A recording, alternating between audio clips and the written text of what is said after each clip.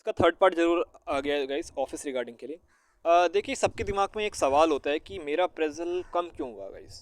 तो इसका भी एक आंसर मैं आपको दूंगा। वो आपकी सारी चीज़ें बजट पे डिपेंड करती है कि आपके ऑफिस का बजट कितना है। हर डिपार्टमेंट का एक बजट होता है, चाहे फाइनेंशियल बोलूँ चाहे ऑपरेशंस बोलूँ।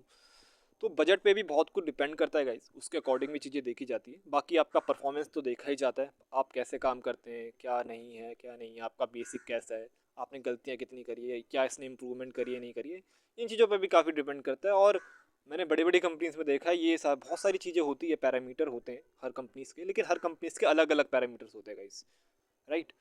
तो इन चीज़ों पे बहुत डिपेंड करता है कि आपका अप्रेज़ल कैसा रहेगा। तो जब भी मैं कह रहा हूँ कि इन चीज़ों को इतनी ज़्यादा उसको मतलब एक हद तक ही अपने दिमाग में रखिएगा।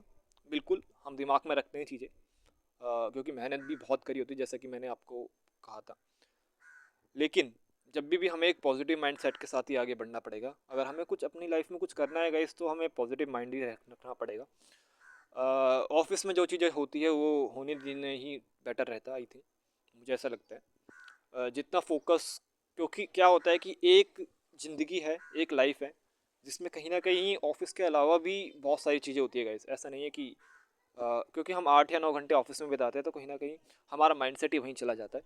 तो कहीं ना कहीं हमें उस माइंडसेट को भूल के करंट चीज़ों पे ज़्यादा फोकस करना चाहिए कि हमारी कमियां कहाँ हैं मेन, हम कहाँ लैग कर गए। इन चीज़ों पे मुझे लगता है ज़्यादा ध्यान देना चाहिए, क्योंकि जब तक हमें ये नहीं पता चलेगा कि हमारे काम में क्या कमियां हैं, और जिस दिन हमने अपने काम में खुद कमियां निकालना स्टार्ट कर दिया, मुझे लगता है उसके बाद हम सेटिस्फाइड हो जाते हैं।